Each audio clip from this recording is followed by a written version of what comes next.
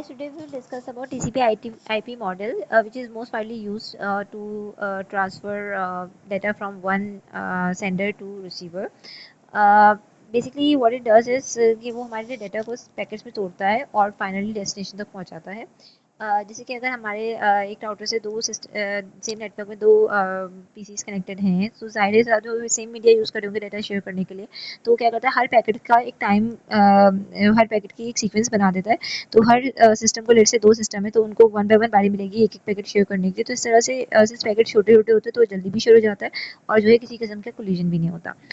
TCP भी दो parts में होता है, एक आईपी और टीसीपी। आईपी की रिस्पांसिबिलिटी ये होती है कि हमारी करेक्ट डेस्टिनेशन तक पहुंचे, और टीसीपी की रिस्पांसिबिलिटी ये होती है कि वो रिलायबल डाटा पहुंचे, पूरा का पूरा पहुंचे। टीसीपी आईपी के टोटल 5 स्टेप होते हैं। पहला स्टेप ये होता है कि वो हमारे डेटा को पैकेट्स में तोड़ता है, और सेकंड में फिर वो जो पैकेट्स होते हैं वो सारे निकल के जाते हैं। थर्ड स्टेप में ये होता है कि हमारा जो फाइनल जो रिसीवर है वो हमारा डेटा रिसीव करता है।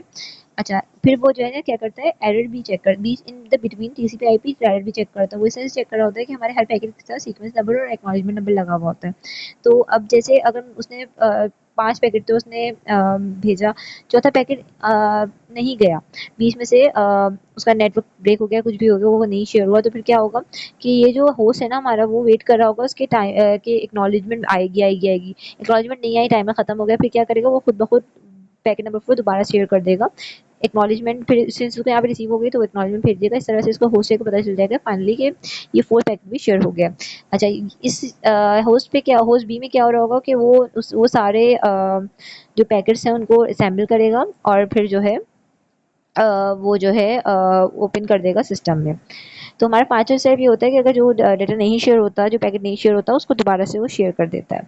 टीसीपी के 4 स्टेप्स होते हैं। पहला होता है नेटवर्क इंटरफेस लेयर, जो कि डाटा लिंक लेयर की तरह ही हमारा काम करता है। वो क्या करता है, फिजिकल लिंक बनाता है बिटवीन कंप्यूटर एंड नेटवर्क में, और इसी लेयर में हमारे जो पैकेट्स टू फ्रेम ट्रांसफर हो रहा, कन्वर्जन हो रही होती है।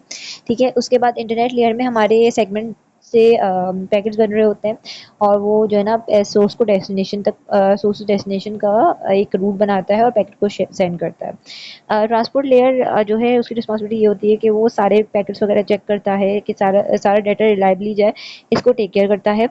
उसके अलावा टीसीपी के अलावा जो दूसरा एक और यूज़ होता है मॉडल, दैट इज़ यूडीपी। तो उसमें यही फ़र्क होता है कि यूडीपी जो है ना दोबारा से अगर लेट से पैकेट मिस भी हो गया तो फिर वो दोबारा शेयर नहीं करता, पर टीसीपी शेयर करता है। और लास्ट में एप्लीकेशन लेयर है, जो कि एक इंटरफेस प्रोवाइड करती है for our network access. That's all, happy learning.